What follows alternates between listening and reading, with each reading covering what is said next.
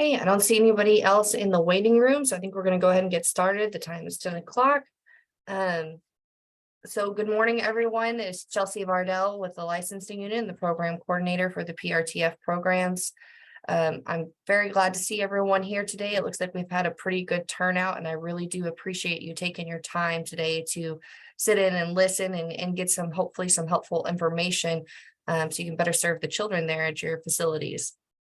I want to start it out by just kind of opening up the floor to hear some good things about what's going on at the facilities. Anything that's going well for you guys, any events that are happening, how are you guys supporting with your staff and staff engagement, making sure that they stay happy, because we all know that's very important.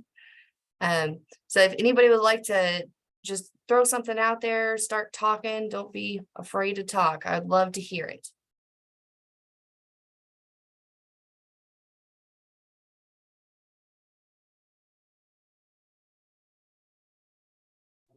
I'll go first. Okay. Hey, so my name is Jalen Perkins. I'm at Little Creek Behavioral Health in Conway. So March the 3rd, I believe, was Employee Appreciation Day.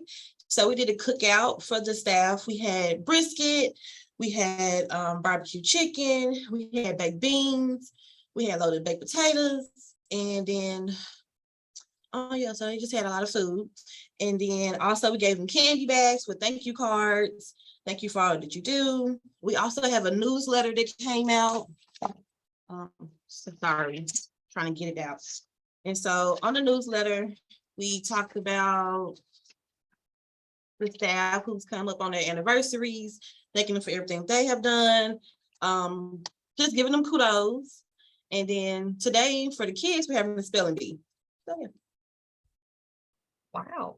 Well, that's quite a bit of stuff. That sounds amazing. That's a lot of staff appreciation, and it's making me hungry. Well, that's great. And how did staff respond to that? Were they all pretty happy? They were very excited. Seeing that on February 28th, we had another barbecue. So it's kind of like a weekly thing for them. So they was very excited. Nice. Yeah, free food and nothing to not get excited about there, right? I think she ought to invite everybody to the barbecue. That sounds like a great idea. The next one we have, I will make sure I send an invite. Hey, include me, please. Thank you, Miss Price. That's good, because spelling bees are important, and so it encourages them to, like, hey, I need to go study for this. So do you think you'll get a lot of participation from the youth? Yes, so actually they have a group of words that they were given to study. And so those are words that we're going to go over, and they have 1 through 5th place, and then everybody get a participation certificate today. Oh, okay. Good deal. Good deal. It's a good idea.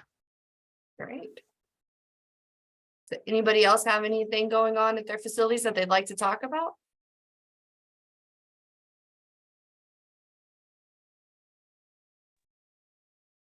Don't be shy now. Hey, I can talk about what we got going on in Mill Creek. Absolutely. I have you on my agenda as well too, Mr. Chris. Okay, well, if you want to follow the agenda, I can let you do that. No, you're fine. Go ahead and talk about it. I've got the video prepared. I was going to share it with everybody once you've kind of filled them in with what the video is. Okay. So the Mill Creek General Store, the Mill Creek Cafe, is I guess one of our most recent launches here. We're actually really excited about it. But it's essentially it used to be just basically an unused space. Several years ago, we had animals in there. It was a barn, but we've completely renovated it and gutted it, cleaned it up, and it is now the Mill Creek Cafe. And so we are going to use this space for a couple of different things. Right now, we've used it for like staff motivation. Where in our grand opening, we were passing out hot dogs, and that's really what the video will show. But when we see staff that are doing a great job, we'll hand them a ticket, and we open the cafe up periodically throughout the week. And as those staff have those tickets, they can go and get snacks and t-shirts and cups and blankets and just food, just a way to take a break from the unit for a little bit and just reward good behavior from our staff for active treatment and active programming. So that's the first step. That's where we're at right now. But our clinical director is writing the programming to incorporate this into our work program for our kids. And so our eventual plan is that it's going to be staffed by patients and give them the opportunity to work hours in that environment where they learn customer service training and just how to work in those environments. And so we're excited about it, and it's a really cool thing. So we're getting great feedback from staff and patients around. So you can see the video, and I hope you might get some good ideas from it. Yeah, absolutely. So it's about a 30-second clip. So I'll go ahead and play that real quick so you guys can kind of see what Mr. Butler's here talking about. Share my screen.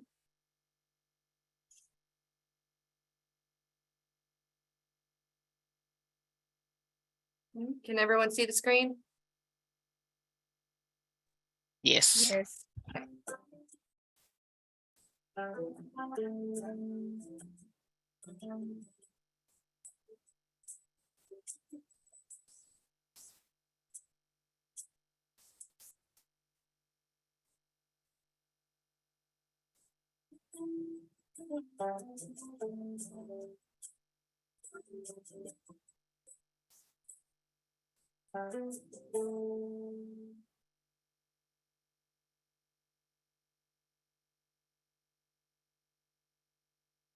So as you can see, it's a very nice setup, and I do want to congratulate you guys on the opening of that. That looks very nice. Your staff definitely looked very happy in those photos with that food. Yeah, those were some big hot dogs too. Yeah. Oh, I bet. And I do love the idea that you guys are going to be able to incorporate the children eventually into that to kind of give them some real life experience on how to participate in customer service and interact with people socially and appropriately.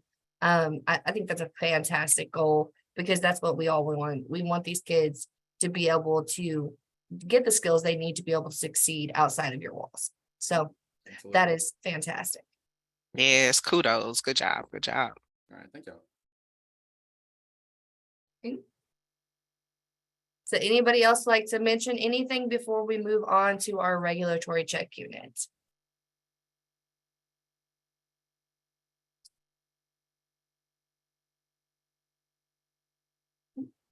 Okay, so Kayla, I'm going to call you out here with our regulatory check unit. I believe she has some updates for us to kind of talk about some things. So Kayla, I'm going to let you go ahead and take over and discuss some things that are happening with our regulatory check unit. Good morning. Thank you, Chelsea. So I am going to put my contact information in the chat box, and I'm Kayla Bodie. If you have not met me, I'm the program manager with the background check unit here at the division. And then on the call is also Cynthia Smith. And Cynthia, she covers our child welfare division. And so she processes all of your checks and anything else that you may need when it comes to background checks. So she's going to put her contact information in the chat box as well. That way, if you do not already have it, you can reach out to us anytime. We do have our upcoming training. So we do a training quarterly. It's going to be April 26th. It's from 12 to 1. So it's during that kind of lunchtime period. I'm going to put the information in the chat box for that. If you do not have the link or you're not able to get that, you can email me and I will send you a direct link for that training. So we're going to go from start to finish, everything background checks, any updates that there may be. If you have any new staff member on board that is doing background checks, or maybe just your HR department would like some updated and refreshment on the process. So we are going to be doing that, and we won't have another one until July. Of course, on our website, we have all the previous recorded trainings there so that you can go back and watch them. But it's a really great time. It's usually a small group. And so we can take those kind of more intricate questions during that time. If you're having any issues with getting your background checks completed or getting them back in a timely manner, we can really work through any issues that you may be having at a site level.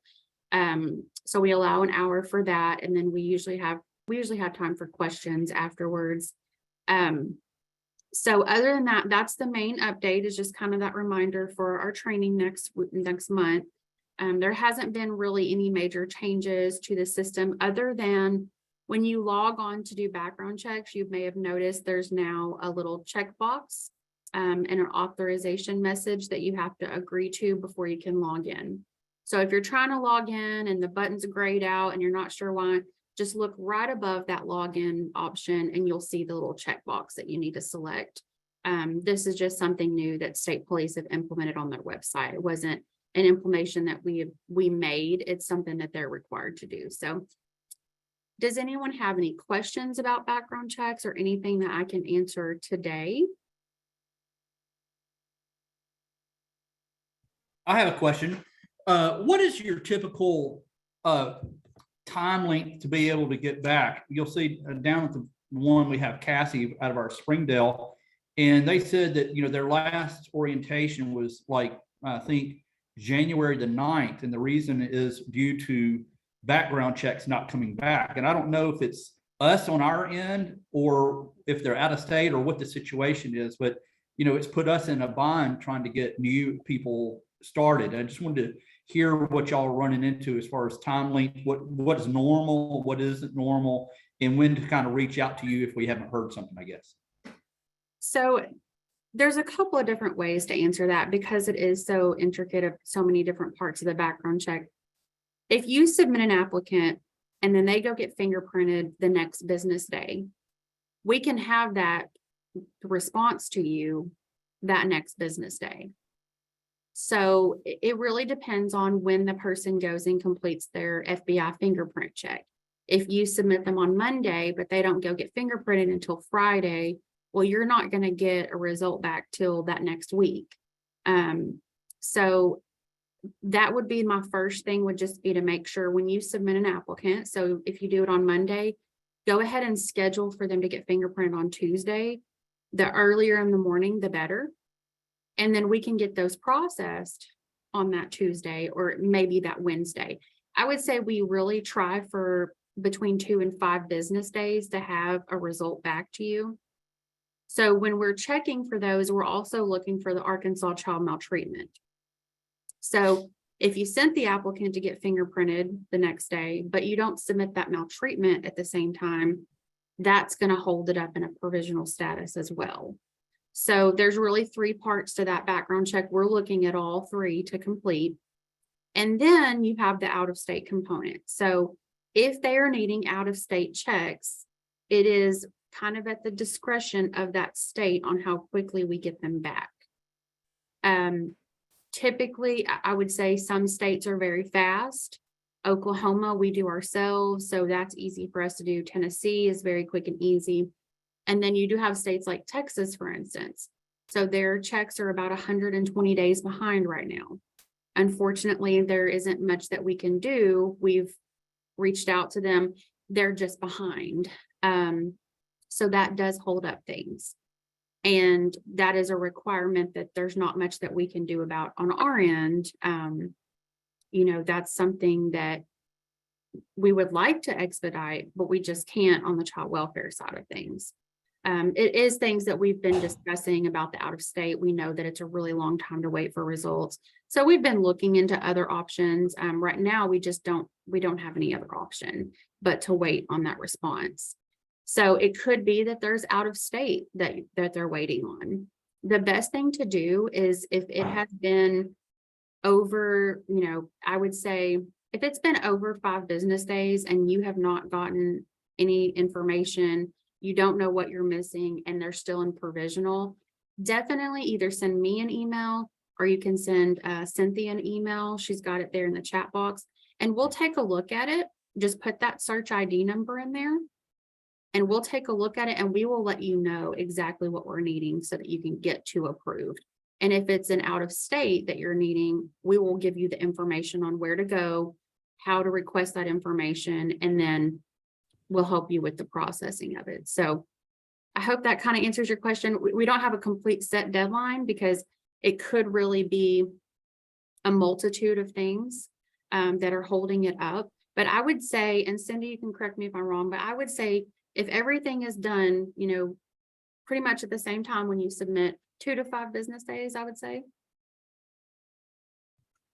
Sometimes I can get them done the same day, because if everything is done, if they send them for fingerprints, like they run it, they send them for fingerprints the next morning and their maltreatment is done, I can have them approved within 24 hours.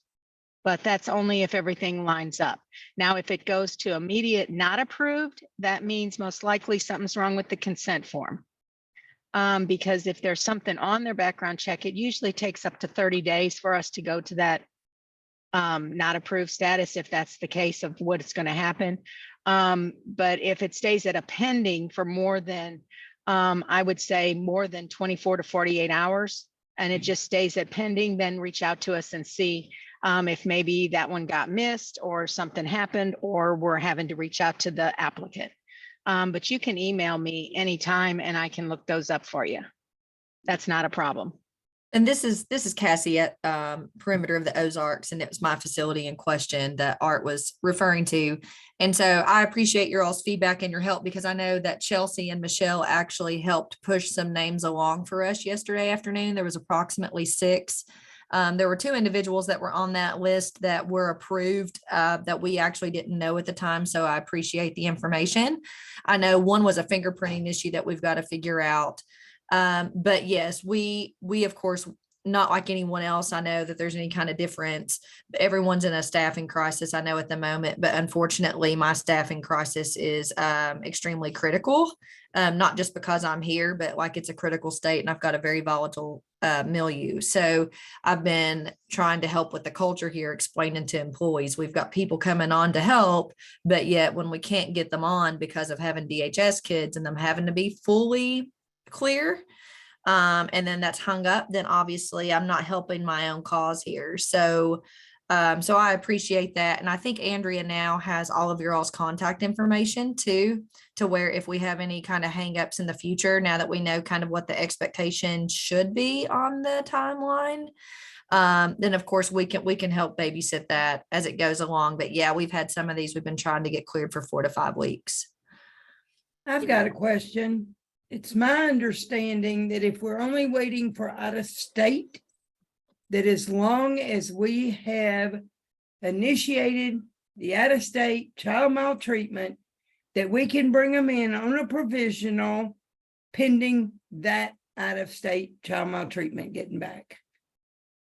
Yes, and that's correct. But Chelsea, you guys can correct me if I'm wrong on that. That is for specific types of facilities. So Cassie's facility is going to be a little bit different because they take DCFS foster children. And I may be wrong. Chelsea, am I correct on that? Yes, you're correct. So the difference there is licensing only requires that you initiate those background checks within 10 days of hire. So if that person is in a provisional, then per licensing, they would be able to work in a provisional state. Where it gets a little bit different is in your DCFS contract. So any facilities that have DCFS children from the state of Arkansas, it is part of that contract that you are not supposed to allow for staff to work directly with DCFS children until they have a fully approved status. So if they're working, if you have somebody's provisional working with the DCFS child, you wouldn't be cited from licensing for that, but it would be a violation of your DCFS contract. But I had my CEO reach out to Misha at DCFS, and she says it's not in the contracts. So it's really getting confusing on which way to go. Well, now is Ebony still on this call? I don't see that she's still up there or not. I am. I'm here. I'll check with DCFS on that again. But we haven't been made aware of it's not in their contracts, but I will check on it and give you an update, Chelsea. Thank you very much. Okay. I appreciate that. And so if anyone wants a guide, we have a guide that goes over the differences between requirements if you have DCFS children and not. If you want a copy of that guide, it's the same thing we use during our trainings. Put your email in the chat box. I'll send you a copy. It's a PDF document. It's very helpful. It's got all the links that you'll need, goes into detail about who needs what type of background check. And again, if it's been, like Cindy said, if it's been more than a couple of business days, definitely reach out to us, because more than likely it's either an error on paperwork or it's something kind of a small detail that we can help you get taken care of. So we want to make sure that you're able to get staff on as quick as possible. We want to make sure that you're able to get foster parents cleared as soon as possible. We understand that you really need staff immediately. So anything we can do to expedite that, we are more than happy to help. It helps us, it helps you, and we want to work with you. So for sure, reach out anytime. One thing I want to say. Sorry, do we have a timeline of finding out related to the DCFS contract? I can ask them today. I don't know how soon they'll get back with me, but I'll ask them right now. What I was told via email is that it's y'all that say we have to have it back according to them. So it's gotten a little confusing on who I need to ask. Because we talked, Vanessa, who did we speak to with licensing? Chelsea was Yes, Chelsea was helping. assisting us with that. Much appreciated. So my CEO had me put together an email to send to DCFS, and they responded after a couple of weeks that it was not them, that it was licensing. They said they had to be, the out of states had to be cleared. I can confirm for you that licensing, our standards only requires that it is initiated within 10 days. That's what our licensing standards. Okay. So it That's is. what I'm gonna go by. licensing is initiated within 10 days. Now, for the DCFS contract, that was a courtesy, something that we were asked to relay to all of our PRTF providers to remind of DCFS contracts. Now, if those contracts have changed or guidance has changed since then, hopefully Ebony will be able to reach out to them and get a response for that to get you guys some clarification, because if there has been a change or an interpretation is different now that we're not aware of, we can't relay any more than what we've already been told. So Thank you. we will try to get that clarified again with DCFS gladly. But I just want to point out that we won't put you to an approved status until we get that result back. It will still stay at a provisional. Yes, So then ma'am. that's going to be up to, and if you ran, let's say you had somebody that you ran with the FBI and everything when they initially started, but then it's 2 years later, but they've still lived out of state within the 5 years, we still need a copy of that, because that's something that's not going to be, we're not going to remember that, hey, you sent that to us 2 years ago.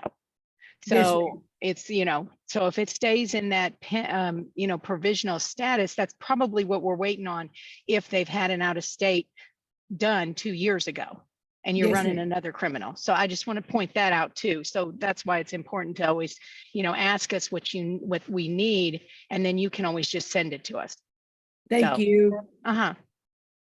And that's something that we hope to, as we continue to update our programs, and we hopefully eventually move into phase 2 of our online system, is that we'll be able to communicate directly through the system and either add some comments or some other things there, so that when you're logging in, you'll be able to see, oh, okay, this, I need to do the Arkansas maltreatment, or I need to do this out of state.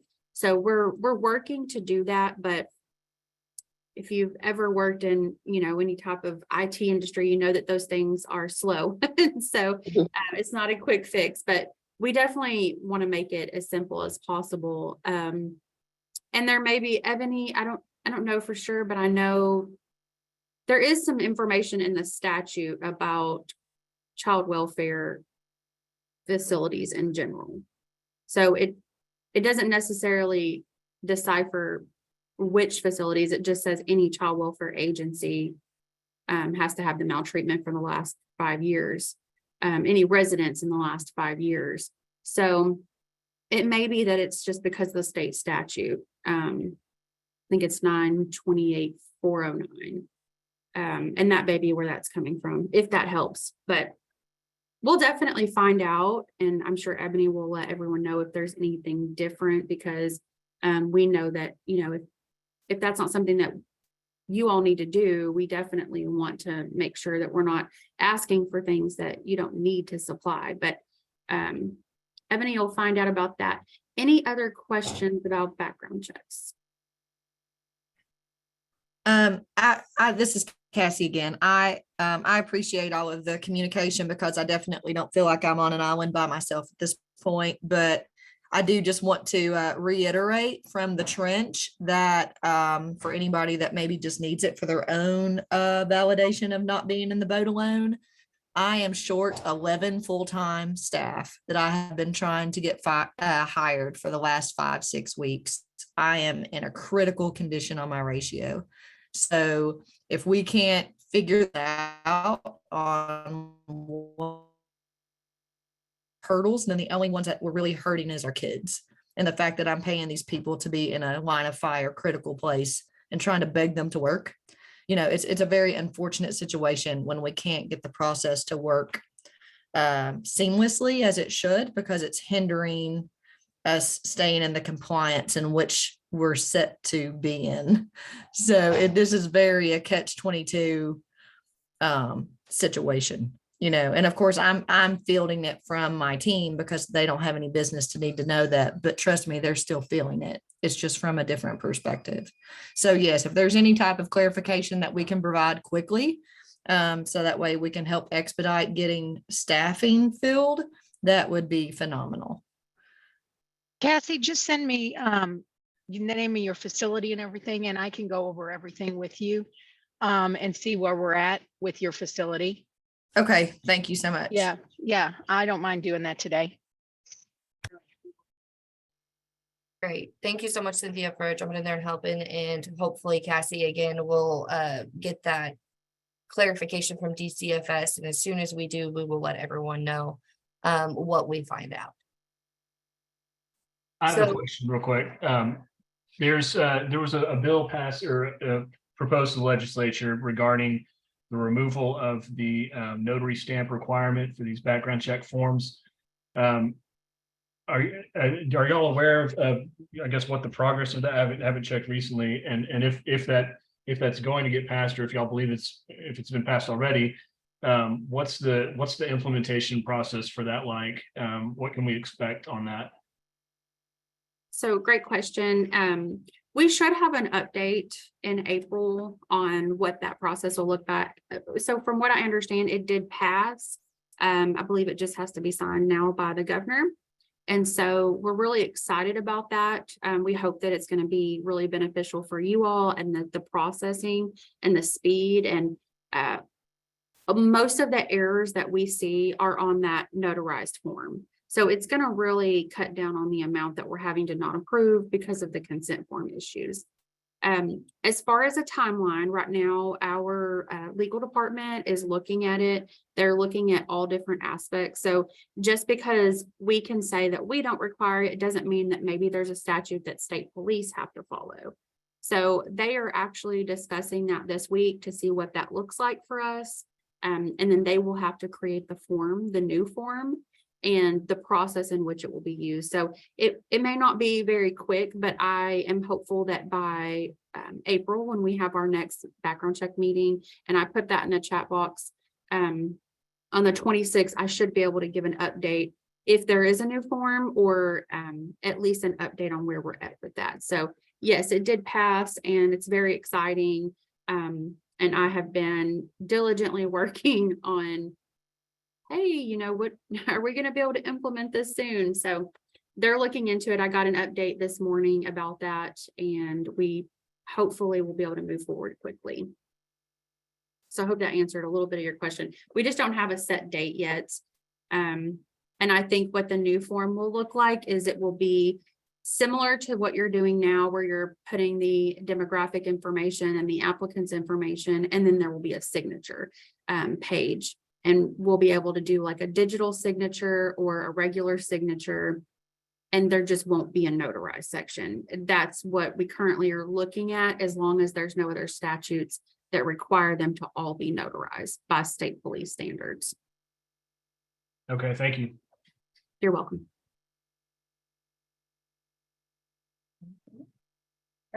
So if there's no more questions for Miss Kayla, I think we're gonna go ahead and move on. I'm Nope, sorry. You're I'm fine. sorry, Chelsea. This is Kim Jones, new here at Perimeter in West Memphis. So I do have a question. Earlier this week, I submitted a child maltreatment on the portal. And actually, I got a rejection from it saying that the middle name was not entered. And when I looked at the portal, everywhere on the portal, there's no place for me to put a middle name. And it was rejected for that reason. And I tried to call back and wasn't able to get anyone to assist me on it. So there should have been, it may not have been on the form. Let me double check. And I'm going to give you the contact information for Central Registry. So my Yes. team, we don't process those. So I can't give you 100% sure answer on why it was denied. It may Okay. be not necessarily the form that you filled out with the middle name. It may be on the section that where you're typing it in when you're submitting it.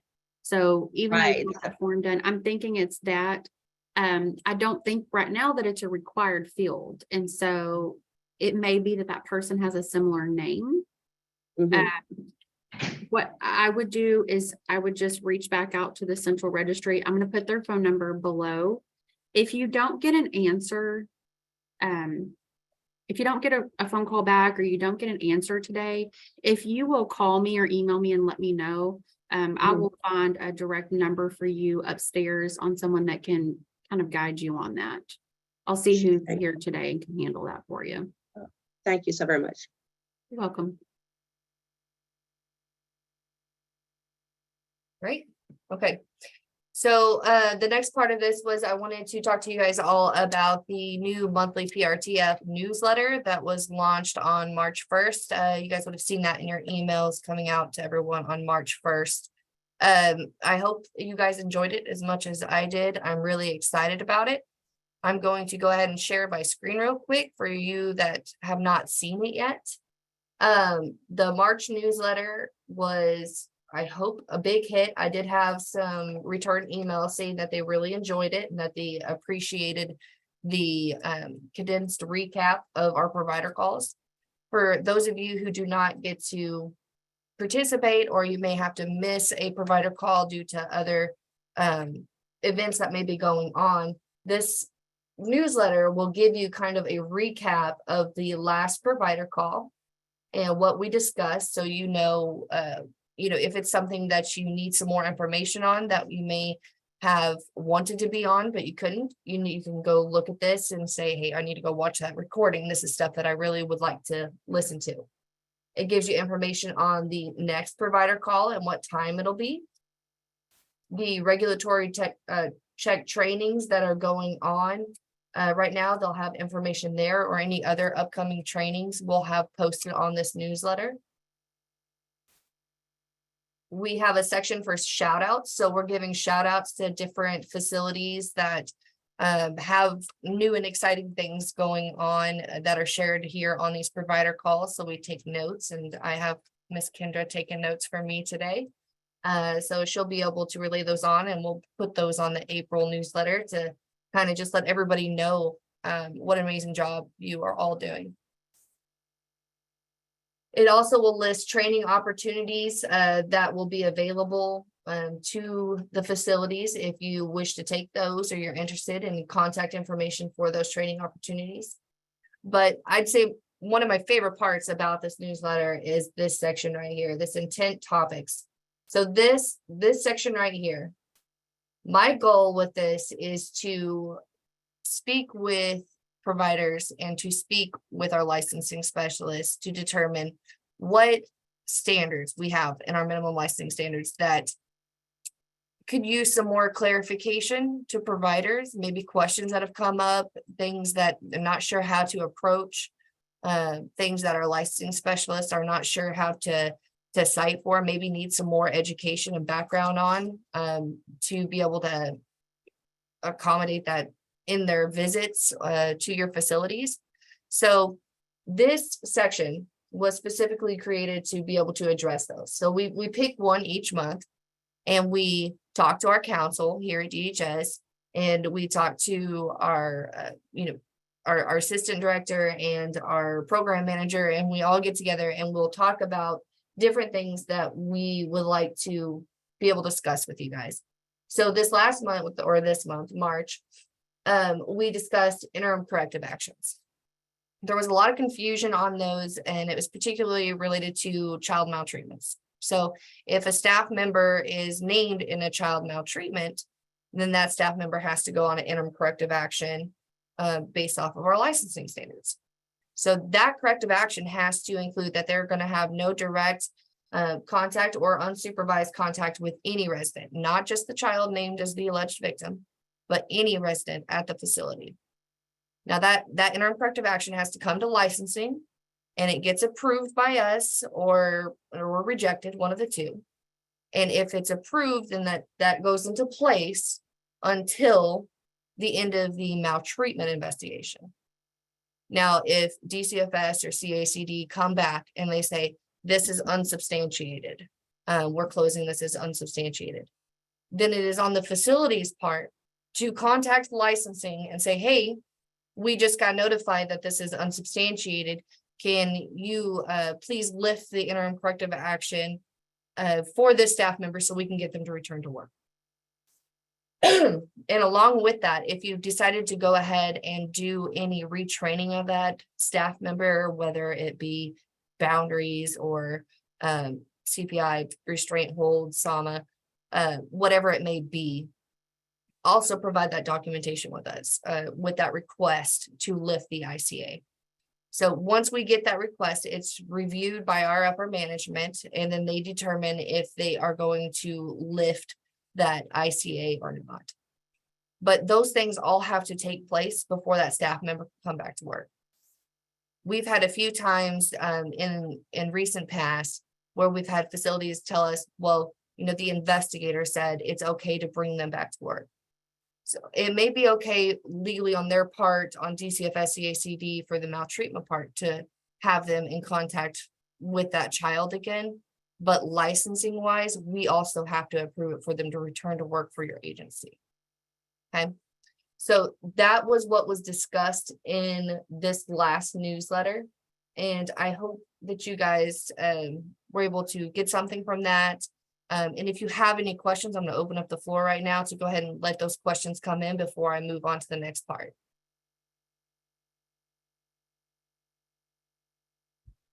This is Renessa. This is kind of, sadly, I guess, more of a statement, and I think you guys are aware of one. Luckily, I guess, they did not name a specific staff member, but we've had a case open for 8-9 months, and I can't still get an answer. So we are, I guess, going up the chain of command in DCFS, but even 3 months, and I know it's not your guys' fault, and I know they're understaffed, but to take 3, 4 months, 8 months to decide whether or not they're going to substantiate something, frankly,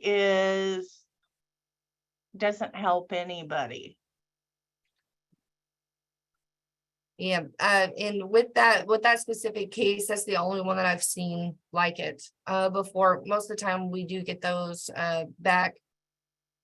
Well, I'd like to say within 45 days, but it's not always 45 days. I know that's their goal, is 45 days. But that one specific, and we have been watching that one for you, Vanessa, trying to see if there's an update on it. And last I heard, which was, I believe, last week, maybe earlier this week, I can't remember the last time we spoke about it, but it was still open and pending. So I'm not right. And I sent an email to both of those investigators, and I heard back slightly briefly from one and not the other. So again, we're taking it through other avenues. Mhm. And I get it, we want the kids to be safe, but when we're looking at, and it's not unusual, at least for Piney, I don't know other parts of the state, for it to be 3 months. That's a long time to not have a staff member work and to keep them employed. So what is the outcome of the staff member? Like, have they moved on at this point, or are they? Well, related to the specific one we're talking about, the resident did not even name a specific staff member. Oh, okay, okay. So Piney Ridge has, and when I have different states asking for the outcome, I'm just like, I can't give you an outcome. But I'm just saying, in other cases where it has taken DCFS 3 months to come back with an unsub, it's really hard to justify. And I mean, we sometimes even offer non-direct care positions, but sometimes whether it's for the time that those are available, like if the person has children and we're offering, I know you normally work 3 to 11, but we'll offer you a non-direct care position during the day. They say they can't do that because that's when they have to supervise their children. And I get it, because we want the residents to be safe too.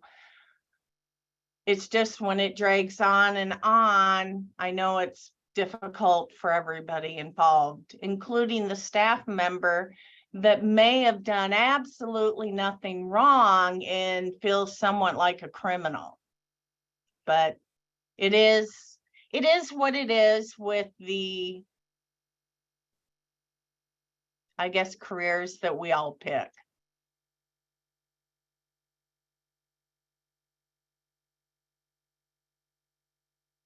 Well, thank you for sharing, Renessa. I hope we do get a resolution to that case for you before too long.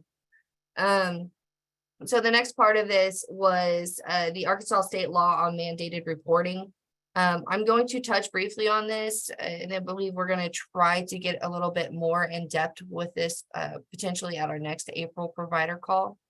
But I'm going to bring it up again on the screen. I know I keep sharing my screen, but it's always just easier for me to be able to see something and look at it rather than somebody talking at me. So I just kind of practice that. So what I'm about to show you is a piece of our slideshow that we use to do intent training for facilities that need extra help or training from us. So the mandated reporter law for the state of Arkansas, see if I get this out of here, lists that, of course, mandated reporters should immediately notify the child abuse hotline if they have reasonable cause to believe A, B, and C here. But part down here I want to talk about is that an employee or a supervisor of an employee identified as a mandated reporter shall not prohibit an employee or volunteer from directly reporting child maltreatment to the child abuse hotline. Meaning that everybody, all staff at all facilities are mandated reporters, and we can never prohibit them or tell them that they cannot hotline something if they believe that child abuse has potentially taken place. Also in this statute that we also have that a mandated reporter should not be required to obtain permission or notify any person, including an employee or a supervisor, before reporting child maltreatment. So that being said, I want to make sure that we're all on the same page with that, as much as I know that there are things that need to be investigated on the facility side, if there's an accusation or something comes up, we need to remember that we're also mandated reporters and that it is DCFS and CACD who are the ones that need to be investigating those. So our job is to make sure that we report that immediately. that word immediately has also come into question here recently, and we talked to our council, and our council told us immediately means immediately, without delay, to get that report in as absolutely soon as possible. And I do know that there's information that would need to be gathered prior to a hotline being made. So there are things that the hotline ask and request, that the information that they need. So you can gather that information, and then hotline. But all staff are trained as dedicated reporters, and it's part of their pre-service training. So I feel that they should have the understanding and the knowledge on how to appropriately make a child abuse hotline report if, say, something happens at 7, 8 o'clock and management's not on site. So that I'm sure there's gonna Sorry, be lots of questions. Yeah. Yep, go If- ahead, Renessa. If I could get the documentation that the lawyers are saying immediate means immediate, because I just know that I would, and I suspect my administration would like to see that documentation where immediate means, within a half hour. Okay. So that is part of what the council had said, is that there's not a specific time frame, that it is immediate. It does not mean with, she had said that if they had meant for it to be by the next business day or within 24 hours, then that's the verbiage that would have been used. But immediate, the understanding that we are going off is to be immediate. So if you would like some further clarification and documentation on that, I can ask our council to discuss that further and provide something to you on clarification of that. But like I said, I believe we're going to try to get something together to discuss that more in depth at the April meeting. But I did want to bring it up because it's something that in our licensing standards and what we're being advised by our council is immediate means immediate. So if it's not immediate, then it would be a violation of licensing standards. So that's what our licensing specialists are being advised of now. So if something like that happens and a citation is received, then that is why, because that's the counsel that we are receiving right now at this time. Okay. Hey, can we discuss it just a little bit more? So Renessa, like what would be? Well, I mean, so, if sometimes if an allegation is made, and again, an allegation can be made, but that doesn't mean that there is reasonable cause. And, I don't want to dig into it completely today. I would love for us to have a longer discussion about this. But if at 6 p.m. something is made and it's not reasonable, then I'm probably not going to hotline it Sunday night. So, I mean, it's really when we start saying, well, immediate means immediate, well, not necessarily. That's why I'm asking for the documentation that backs this up, because sometimes I guess different entities will have different definitions of what a word means. And so I think that's where issues get a little blurry at times, and all of a sudden, whether it's licensing or somebody else, they've had one definition for years, and then all of a sudden it's changing, but there's nothing to back it up. So I'm not trying to be difficult. It's just immediate. I mean, for suspected abuse may not mean in 20 minutes. Okay, I see what you're saying. Yeah. Okay. Yeah, we'll try to reach out and get more clarification on that. Or Don't you guys love being the messengers? it's not a problem. Not a problem at all. Yeah, and I want to point out too that we're all in this for the same reason. We want to protect kids. We want to help kids, protect them, keep them safe, give them the tools they need to be able to succeed in life, period. That's what we're all here for. And part of that, as mandated reporters, is ensuring that no matter what, that their voices are heard, and that any incident of anything potentially happening to them that could be a potential threat to them is reported and investigated appropriately by the appropriate authorities. So I just want to make sure that that's what's going on. That's what we're doing, because even if a kiddo says something, no matter how outrageous it may seem, that we do report that, because it, again, that is on DCFS and CACD to investigate and to make that determination in the long run. Yes, if I would it's rather- suspected. Yeah, I would much rather be safe rather than sorry, and wait on something. Like, if the way I think about it is, if I waited to hotline something and something additional happened, then I would feel personally responsible for something additional happening because I didn't hotline it and I didn't put those safety measures in place, quickly and immediately. So that's how I see it, and that's how I look at it when I read that. But for sure, we'll get some more clarification on that, Renessa, and hopefully be able to get our counsel in here to provide some more clarification for you. And Chelsea, there's nothing more than Piney Ridge or any other, I'll speak for Acadia facilities, believe in too. And, working in this field for, I don't know, 3 or 4 decades, I want to be able to sleep at night too. So I want to make it really clear that I really feel like Piney Ridge over reports.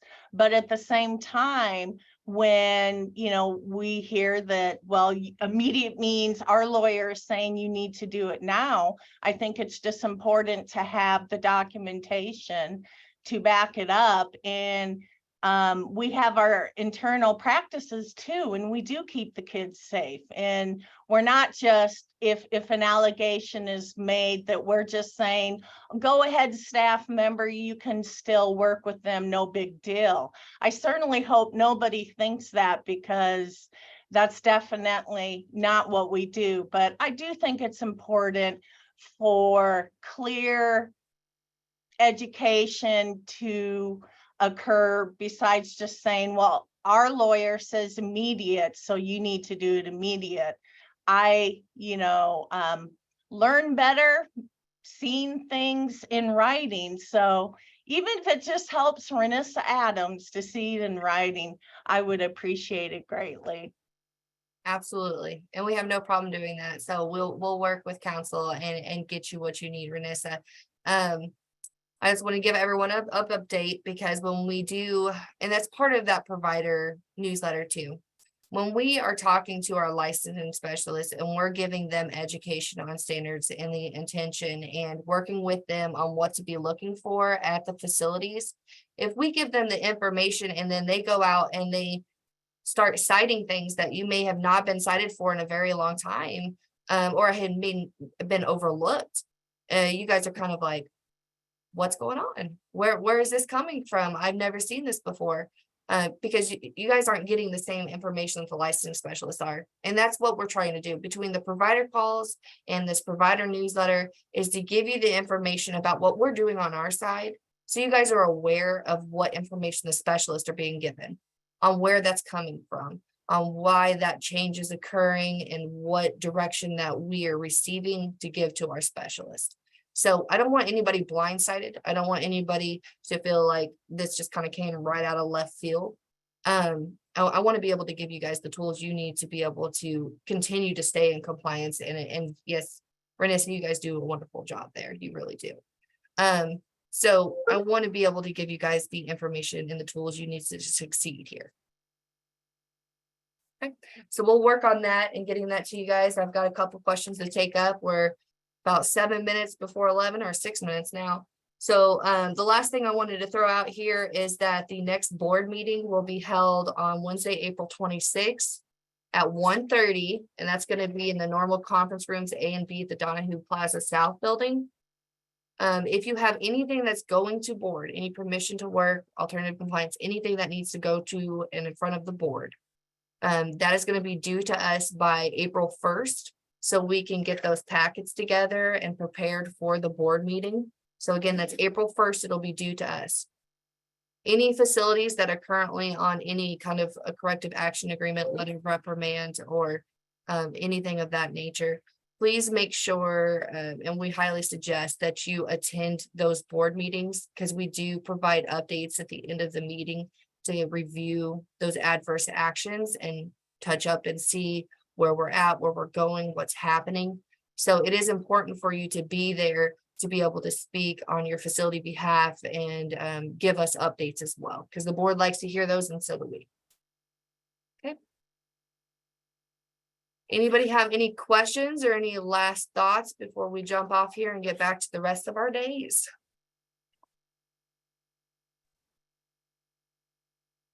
No. Okay, well, great. Well, I absolutely appreciate everybody that's here. We had a very good turnout, and I appreciate all the participation. You guys are wonderful, and please keep doing the good job that you're doing to serve these children. I look forward to seeing you next month. Thank you. All right, thank you. Thank you, Chelsea. Good job. Thank you.